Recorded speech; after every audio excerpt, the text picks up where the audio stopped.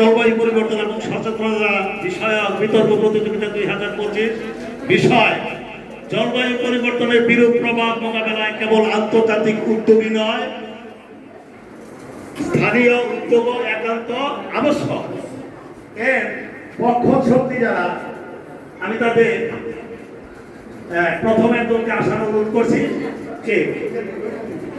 হ্যাঁ, জিহাদ মন্ডল, 10ম শ্রেণী পক্ষ থেকে বক্তব্য রাখছেন। জিহাদ মন্ডল, 10ম শ্রেণী। বিসমিল্লাহির রহমানির রহিম। এখানে উপস্থিত আছেন সম্মানিত সভাপতি, বিচারক মণ্ডলী, শ্রোতাবৃন্দ, তাদের উদ্দেশ্যে আমার সম্মানিত সালাম, আসসালামু আলাইকুম।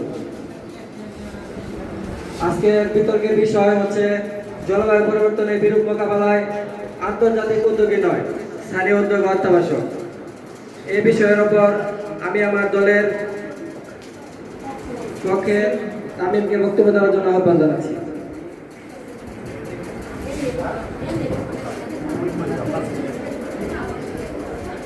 আসসালামু আলাইকুম। বিসমিল্লাহির রহমানির রহিম।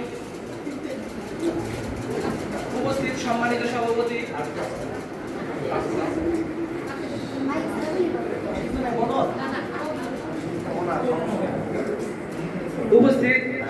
সভাপতি, বিচারক মণ্ডলী, আমার শ্রদ্ধেয় শিক্ষকবৃন্দ ও শ্রোতাবৃন্দ,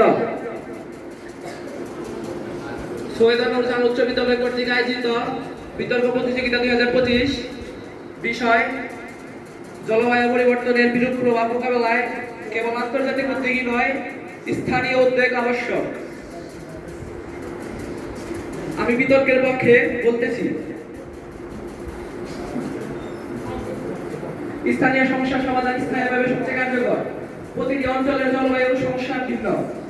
উপকূলীয় এলাকায় লবণাক্ততা, পাহাড়ি এলাকায় ভূমিধস, তাই এইসব সমস্যার সমাধান স্থায়ীভাবে করাই সবচেয়ে কার্যকর।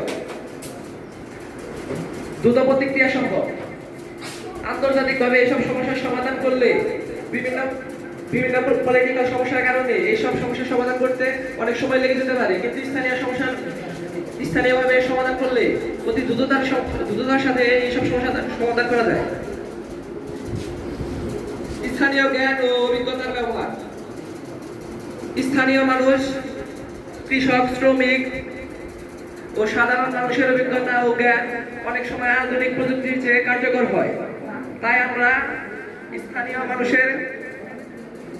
মানুষের জ্ঞান অনুযায়ী কাজ করতে পারি। নাগরিক সচেতনতা ও অংশগ্রহণ। পরিবেশ সংরক্ষণের জন্য স্থানীয় মানুষের সচেতন থাকতে হবে। গাছপালা কেটে ফেলা যাবে না ও গাছপালা কেটে ফেলার বিরুদ্ধে বিভিন্ন পদক্ষেপে অংশগ্রহণ করতে হবে। স্বনির্ভরতা গড়ে ওঠা। বারবার আন্তর্জাতিক উদ্যোগের দিকে তাকিয়ে না থেকে স্থায়ীভাবে এইসব সমস্যার সমাধান করতে পারি। আমরা জানি আন্তর্জাতিকভাবে কোনো সমস্যা সমাধান করতে হলে তা পরবর্তী সময়ে স্থানীয় সরকার বা স্থানীয় প্রতিনিধির মাধ্যমে সমাধান করা হয়। তাই আমরা ধরতে পারি আন্তর্জাতিক উদ্যোগ কোনো উদ্যোগই নয়, স্থানীয় উদ্যোগই আসল উদ্যোগ। আমরা কবির ভাষায় বলতে পারি, লাগাও গাছ, বাঁচাও নদী, আঁকড়ে ধরো জমি।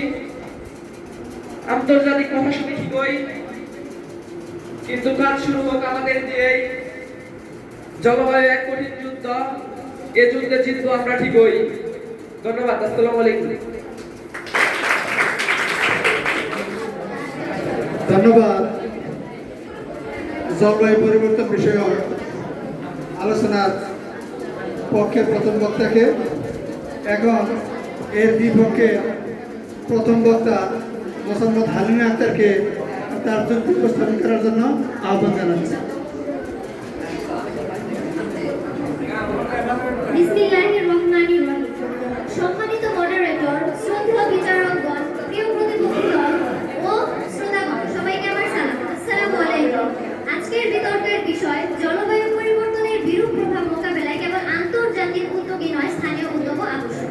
আমরা বিপক্ষগণ, আমাদের দৃঢ় অবস্থান জলবায়ু পরিবর্তনের বিরূপ প্রভাব মোকাবেলায় কেবল আন্তর্জাতিক উদ্যোগই যথেষ্ট, স্থানীয় উদ্যোগ অপরিহার্য নয়। জলবায়ু পরিবর্তন কোনো একটি স্থান, অঞ্চল বা সম্প্রদায়ের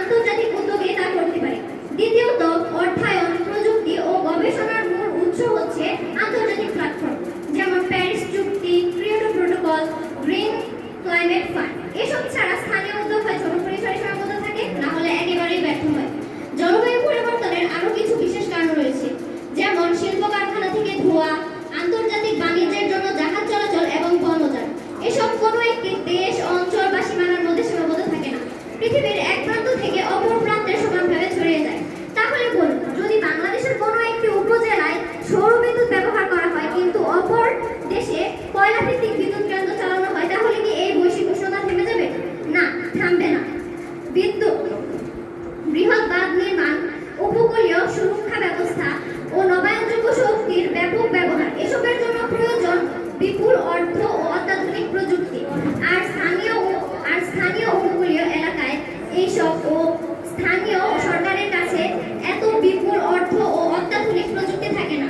কেবল আন্তর্জাতিক জাতিসংঘ, বিশ্ব ব্যাংক ও গ্রিন ক্লাইমেট ফান্ড এসব সংস্থার কাছে শুধু অর্থ নয়, নীতি ও প্রযুক্তিগত সহায়তাও পাওয়া যায়।